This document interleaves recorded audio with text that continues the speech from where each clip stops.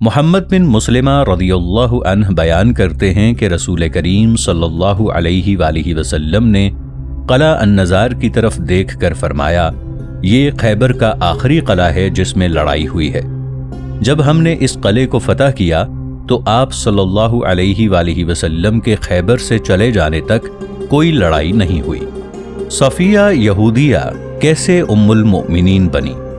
جو قیدی مسلمانوں کے ہاتھ آئے ان میں بنی نضیر کے سردار حوی بن اخطب کی بیٹی صفیہ بھی تھی۔ حوی رسول کریم صلی اللہ علیہ وآلہ وسلم کا شدید دشمن تھا اور صفیہ خیبر کے سردار کنانہ ابن ابی الحقیق کی بیوی تھی۔ اس سے پہلے صفیہ سلام بن مشکم نظری کی بیوی تھی۔ صاحب سیرہ حلبیہ کے بیان کے مطابق اس نے اسے دخول سے پہلے ہی طلاق دے دی تھی۔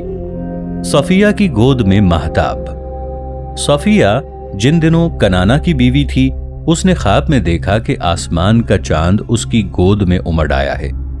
جب اس نے اپنا خواب اپنے خامند کے پاس بیان کیا جو خیبر کا بادشاہ تھا، تو اس نے غضبناک ہو کر صفیہ کے چہرے پر زور سے تھپڑ مارا جس سے اس کی آنکھ سبز ہو گئی۔ پھر اسے کہنے لگا، کیا تو اس بات کی متمنی ہے کہ یثرب کا بادشاہ یعنی حضرت نبی کریم صلی اللہ علیہ وآلہ وسلم تیرا خامند ہو؟ حضرت صلی اللہ علیہ وآلہ وسلم نے صفیہ سے کیسے شادی کی؟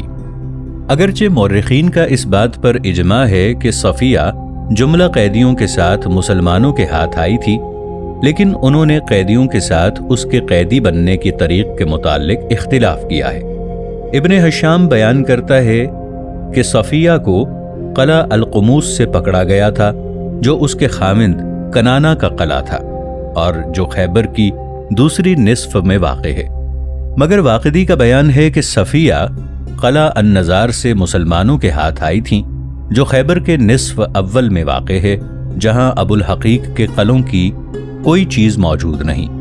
اس کے سبب کا ذکر کرتے ہوئے وہ بیان کرتا ہے کہ مجھ سے عبد الرحمن بن محمد بن ابی بکر نے بیان کیا کہ میں نے جعفر بن محمود سے کہا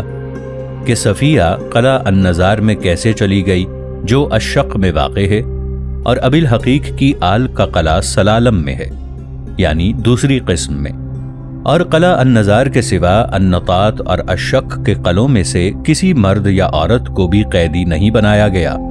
تو اس نے جواب دیا کہ خیبر کے یہودیوں نے عورتوں اور بچوں کو الکتیبہ میں بھیج دیا تھا اور النطات کے قلعوں کو جانبازوں کے لیے خالی کروا دیا تھا، بس ان میں سے قلعہ النزار کے سوا کسی کو قیدی نہیں بنایا گیا۔ صفیہ اور اس کی امزاد بہن اور دیگر عورتیں ان کے ساتھ تھیں۔ کنانہ نے دیکھا کہ قلعہ النزار زیادہ مضبوط ہے، تو اس نے اسے اس رات جس کی صبح کو رسول کریم صلی اللہ علیہ وآلہ وسلم الشق کی طرف منتقل ہوئے، اسے وہاں سے نکالا، یہاں تک کہ وہ اور اس کی امزاد بہن اور ان دونوں کے ساتھ جو یہودی بچے تھے قید ہو گئے، اور الکتیبہ میں یہودیوں کی عورتیں اور بچے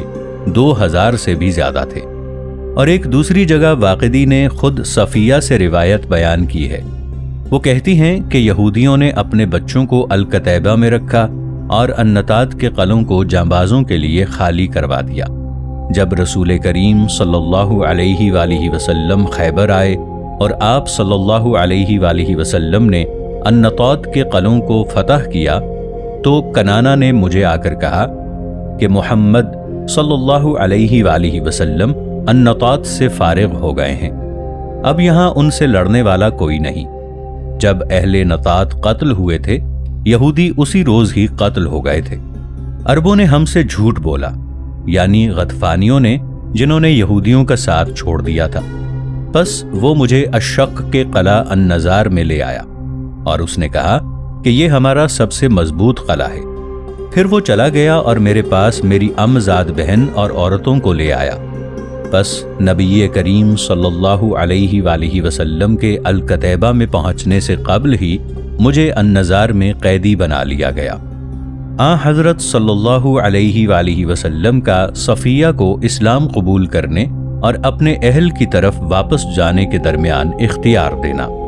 صحیح بخاری کی روایت کے مطابق صفیہ حضرت صلی اللہ علیہ وآلہ وسلم کے صحابی حضرت دحیہ کلبی کے حصے میں آئیں۔ ناظرین، آگے بڑھنے سے پہلے کامنٹ سیکشن میں ہمیں اپنی آراء سے ضرور آگاہ کیجیے گا کہ آپ کو ہماری یہ سیریز کیسی لگ رہی ہے۔ میں ہوں طاہر عبید چودھری۔ آئندہ آنے والی اقساط سے باخبر رہنے کے لیے ہمارے چینل کو سبسکرائب کر لیں اور ساتھ موجود بیل آئیکن کو ضرور کلک کر لیں۔ شکریہ۔ ایک آدمی نے رسول کریم صلی اللہ علیہ وآلہ وسلم کے پاس آ کر صفیہ کا حال بیان کیا اور کہا، آپ صلی اللہ علیہ وآلہ وسلم نے قریظہ اور نذیر کی سیدہ صفیہ کو دحیہ کو عطا فرمایا ہے۔ وہ صرف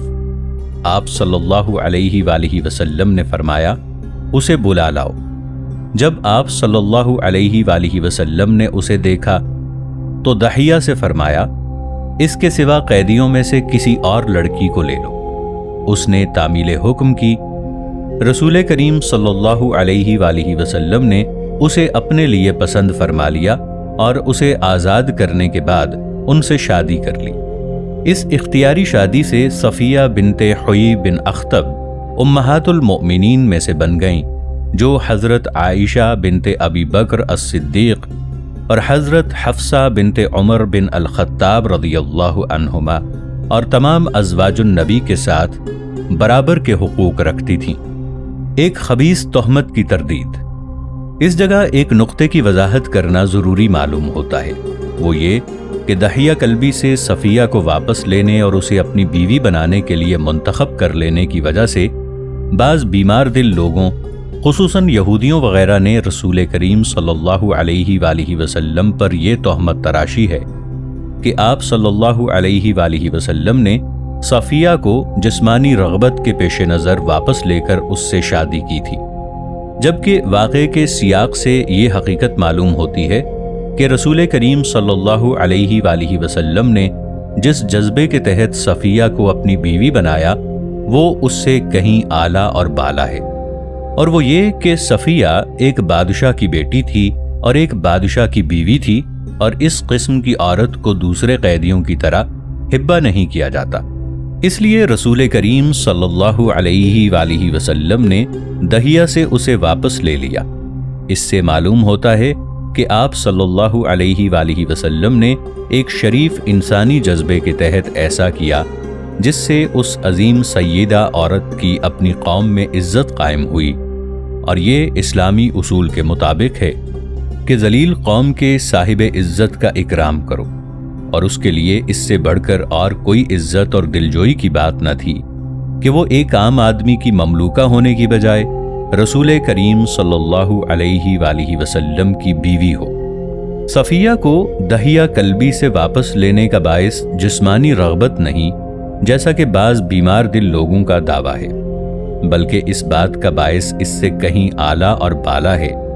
اور وہ یہ کہ چونکہ یہ عورت اپنی قوم کی سردار اور بڑے اعزاز و اکرام کی حامل تھی،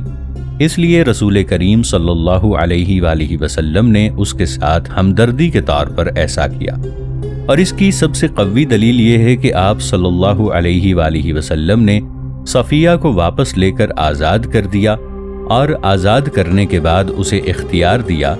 کہ وہ چاہے تو اپنے اہل یعنی یہودیوں کے پاس چلی جائے، اور چاہے تو اسلام قبول کرے اور اپنی مرضی سے رسول کریم صلی اللہ علیہ وآلہ وسلم کی بیوی رہے۔ مگر اللہ تعالیٰ نے اس کے دل میں اسلام کی محبت ڈال دی، اور اس نے اپنی مرضی سے یہودیت کو چھوڑ دیا، تو رسول کریم صلی اللہ علیہ وآلہ وسلم نے اس سے شادی کر لی۔ حضرت صفیہ رضی اللہ عنہا بیان کرتی ہیں کہ میں رسول کریم صلی اللہ علیہ وآلہ وسلم کے پاس آئی، ان سے بڑھ کر مجھے کسی سے نفرت نہیں تھی۔ انہوں نے میرے باپ، میرے خامند اور میری قوم کو قتل کیا تھا۔ آپ صلی اللہ علیہ وآلہ وسلم نے فرمایا، صفیہ، میں نے جو کچھ تیری قوم کے ساتھ کیا ہے اس کی تجھ سے معذرت چاہتا ہوں۔ تیری قوم نے یہ کام کیے تھے، اور آپ ان اسباب کو بیان کرنے لگے جس کی وجہ سے آپ صلی اللہ علیہ وآلہ وسلم نے ان سے یہ سلوک کیا۔ ام المؤمنین حضرت صفیہ رضی اللہ عنہا بیان کرتی ہیں کہ آپ صلی اللہ علیہ وآلہ وسلم مجھ سے مسلسل معذرت کرتے رہے، یہاں تک کہ میرے دل سے نفرت جاتی رہی۔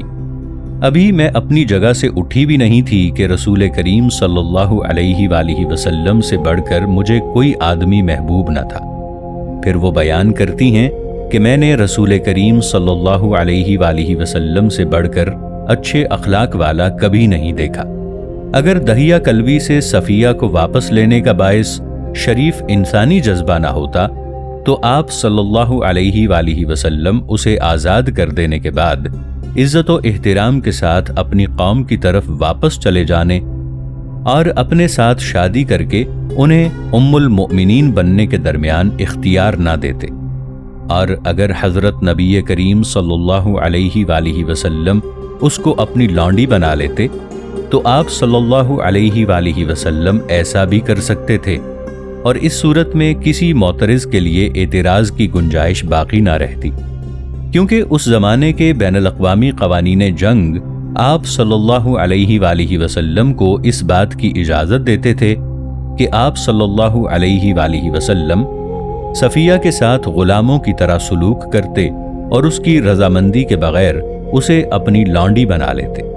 کیونکہ وہ جنگی قیدی تھی جو اس دور کے بین الاقوامی جنگی قانون کے مطابق مملوکہ سمجھی جاتی تھی۔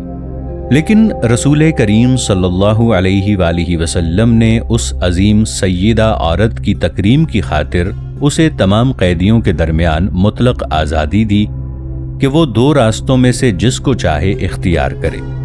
خواہ یہودیت پر قائم رہ کر اپنے خاندان کی طرف واپس چلی جائے اور خواہ اسلام میں داخل ہو جائے، تاکہ رسول کریم صلی اللہ علیہ وآلہ وسلم کی بیوی بن جائے اور اس کے اور دختر ابی بکر کے درمیان حقوق و واجبات میں کوئی فرق نہ ہوگا۔ تو صفیہ رضی اللہ عنہا نے اپنی مرضی سے رسول کریم صلی اللہ علیہ وآلہ وسلم کے ساتھ شادی کرنے کو پسند کر لیا۔ رسول کریم صلی اللہ علیہ وآلہ وسلم اس سیدہ کا بے حد اکرام کیا کرتے تھے، اور اس کے حساس اور تیز فہم ہونے کی وجہ سے اس کے جذبات و احساسات کا خیال رکھتے تھے، کیونکہ وہ اپنی قوم میں ایک معزز عورت تھی جو اپنے والد اور خامند کو کھو چکی تھی، جو دونوں اپنی قوم کے بادشاہ تھے۔ حضرت صفیہ رضی اللہ عنہا اس شریفانہ اور ہمدردانہ سلوک کے متعلق جو ایک شریف ترین دل سے پھوٹا تھا، خود بیان کرتی ہیں کہ میں رسول کریم صلی اللہ علیہ وآلہ وسلم کی بیویوں سے ملتی تو وہ مجھ پر فخر کا اظہار کرتی اور کہتی، اے یہودی کی بیٹی، اور میں رسول کریم صلی اللہ علیہ وآلہ وسلم کو دیکھتی تو وہ میری بڑی عزت کرتے اور مجھ سے ملاطفت سے پیش آتے۔ ایک دن آپ صلی اللہ علیہ وآلہ وسلم میرے پاس آئے تو میں رو رہی تھی۔ آپ صلی اللہ علیہ وآلہ وسلم نے دریافت فرمایا، تجھے کیا تکلیف ہے؟ میں نے جواب دیا کہ آپ صلی اللہ علیہ وآلہ وسلم کی بیویاں مجھ پر اظہار فخر کرتی ہیں اور مجھے یہودی کی بیٹی کہتی ہیں۔ حضرت صفیہ رضی اللہ عنہا بیان کرتی ہیں کہ میں نے دیکھا کہ رسول کریم صلی اللہ علیہ وآلہ وسلم کو بہت غصہ آیا۔ پھر آپ صلی اللہ علیہ وآلہ وسلم نے فرمایا، جب تجھے وہ یہ بات کہیں یا تجھ پر فخر کا اظہار کریں تو انہیں کہنا کہ ہارون علیہ السلام میرے باپ ہیں اور موسیٰ علیہ السلام میرے چچا ہیں۔ سمت النجوم الاوالی کے مؤلف نے اس کتاب کی جلد 2 صفحہ 160 پر ان بواعث کے علاوہ جن کا ہم نے ذکر کیا ہے، ایک اور باعث کا بھی ذکر کیا ہے۔ وہ بیان کرتا ہے کہ صفیہ بنت حیی بن اخطب بادشاہ کی بیٹی اور یہود کے ایک بادشاہ کی بیوی تھی۔ وہ ان صحابہ میں سے کسی کو بھی نہیں دی جا سکتی تھی جو دہیہ جیسے یا اس سے بڑھ کر تھے، کیونکہ ایسے صحابہ تو بکثرت تھے اور قیدیوں میں صفیہ رضی اللہ عنہا کی مانند نفیس کوئی نہ تھا۔ اگر آپ صلی اللہ علیہ وآلہ وسلم کسی صحابی کو صفیہ رضی اللہ عنہا کے لیے مخصوص کر دیتے تو ممکن تھا کہ بعض کے دلوں میں کبیدگی پیدا ہو جاتی، اس لیے مصلحت عامہ کے پیش نظر دہیہ سے اس کا واپس لینا ضروری تھا، کیونکہ یہ سب کی رضامندی کی بات تھی۔ ذلیل قوم کے صاحب عزت آدمی کا اکرام کرو۔ پھر جب ہم انصاف سے دیکھتے ہیں تو ہم دیکھتے ہیں کہ اس صاحب عزت کا اکرام کرنا خصوصاً عورتوں کا جو عزیز ہونے کے بعد ذلیل ہو گیا ہو اور بلندی کے بعد پستی میں آ گیا ہو، اسلام کا خاص خلق ہے جس پر حضرت صلی اللہ علیہ وآلہ وسلم اور آپ صلی اللہ علیہ وآلہ وسلم کے بعد خلفائے راشدین اور ائمہ اور حکام نے عمل کیا ہے، اور شاید یہ سب سے نمایاں خلق ہے جو رسول کریم صلی اللہ علیہ وآلہ وسلم کی اقتداء میں آپ صلی اللہ علیہ وآلہ وسلم کے بعد مسلمان فاتحین کے دلوں میں رچ بس گیا ہے۔ یہی وجہ ہے کہ حضرت فاروق اعظم رضی اللہ عنہ نے حضرت علی رضی اللہ عنہ کے مشورے کے مطابق کسریٰ کی ان 3 بیٹیوں سے بھی یہی سلوک کیا جو اس جیش اسلامی کے ہاتھوں قید ہوئی تھیں جس نے ابن خطاب رضی اللہ عنہ کے عہد میں ایران کو فتح کیا تھا۔ مورخین نے بیان کیا ہے کہ مملکت فارس پر جیش اسلامی کے قبضے کے بعد مدینہ میں بہت سی ایرانی بیٹیوں کو لایا گیا، جن میں یزدگرد کسریٰ کی بھی 3 بیٹیاں تھیں۔ حضرت فاروق رضی اللہ عنہ نے حکم دیا کہ انہیں بھی جملہ قیدیوں کے ساتھ فروخت کر دیا جائے، مگر حضرت علی رضی اللہ عنہ نے ان کی توجہ اس طرف مبذول کروائی کہ ان کے ساتھ خاص سلوک ہونا چاہیے کیونکہ یہ بادشاہ کی بیٹیاں ہیں۔ حضرت علی رضی اللہ عنہ نے فرمایا، بادشاہوں کی بیٹیوں کے ساتھ عام لوگوں کی عورتوں کا سا معاملہ نہیں ہونا چاہیے۔ جب حضرت عمر فاروق رضی اللہ عنہ نے ان سے مشورہ طلب کیا کہ ان کے ساتھ کیا سلوک کیا جائے تو انہوں نے جواب دیا کہ ان کی قیمت ڈالی جائے اور جو ان کی قیمت ادا کرے وہ انہیں لے جائے۔ تو حضرت عمر فاروق رضی اللہ عنہ نے حضرت علی رضی اللہ عنہ کی رائے کو درست خیال کیا، بس ان کی قیمت ڈالی گئی تو حضرت علی رضی اللہ عنہ نے انہیں خرید کر آزاد کر دیا، اور ان میں سے ایک کی شادی حضرت حسین رضی اللہ عنہ سے، دوسری کی حضرت محمد بن ابی بکر سے، اور تیسری کی حضرت عبداللہ بن عمر رضی اللہ عنہ سے کر دی۔ یہ سب کچھ ان کی تکریم اور دلجوئی کے لیے کیا گیا، کیونکہ وہ معزز عورتیں تھیں جو شاہانہ عزت کے بعد ذلیل ہو گئی تھیں۔ اس شادی سے انہیں بڑی سعادت حاصل ہوئی جس نے انہیں ماضی کے ایسے فراموش کرا دیے۔ کسریٰ کی لڑکی سے حضرت حسین رضی اللہ عنہ کے ہاں ان کے بیٹے علی رضی اللہ عنہ پیدا ہوئے، جن کا لقب زین العابدین ہے۔ حضرت علی بن حسین رضی اللہ عنہ کے بعد ہاشمی شجرے کی تمام شاخوں کو کسریٰ کی بیٹی نے جنم دیا۔ یہی وجہ ہے کہ جب ہشام بن عبد الملک اور زید بن علی بن حسین کا زید رضی اللہ عنہ کی خلافت کے متعلق جھگڑا ہوا تو ہشام نے انہیں کہا، تم لونڈی کے بیٹے ہو کر خلافت کی امید کیسے کرتے ہو؟ تو حضرت زید رضی اللہ عنہ نے اسے جواب دیا، لونڈی کے بیٹے کو وہ بات حاصل ہے جو خلافت سے اعلیٰ ہے۔ حضرت اسماعیل علیہ السلام نے لونڈی زادہ ہو کر نبوت کو حاصل کیا تھا، تو ہشام کا منہ بند ہو گیا اور وہ کوئی اور بات نہ کر سکا۔ اس سے واضح ہوتا ہے کہ حضرت نبی کریم صلی اللہ علیہ وآلہ وسلم اور آپ صلی اللہ علیہ وآلہ وسلم کے صحابہ کرام رضی اللہ عنہم ہر کام میں شرافت کو مد نظر رکھتے تھے۔ نیز اس واضح حقیقت کی روشنی میں ان لوگوں کا خبث باطن بھی ظاہر ہو جاتا ہے جو حضرت صفیہ رضی اللہ عنہا سے حضرت رسول کریم صلی اللہ علیہ وآلہ وسلم کی شادی کی ایسی تفسیر کرتے ہیں جس سے ان کا مقصد آپ صلی اللہ علیہ وآلہ وسلم کی ذات گرامی پر طعن کرنا ہوتا ہے۔ ذرا غور فرمائیے کہ رسول کریم صلی اللہ علیہ وآلہ وسلم نے یہود کے بادشاہ کی بیٹی صفیہ کو کیسے آزاد فرمایا اور اسے اپنے خاندان کے پاس واپس جانے یا اسلام میں داخل ہو کر آپ صلی اللہ علیہ وآلہ وسلم کی بیوی بن کر رہنے کے درمیان کیسے پوری آزادی عطا فرمائی۔ پھر دیکھیے کہ حضرت علی رضی اللہ عنہ نے کسریٰ کی بیٹیوں کی کیسے عزت افزائی کی کہ ان کو آزاد کر کے انہیں ان لوگوں کے بیٹوں کے ساتھ بیاہ دیا جو رسول کریم صلی اللہ علیہ وآلہ وسلم کے بعد سب لوگوں سے بلند مرتبہ تھے،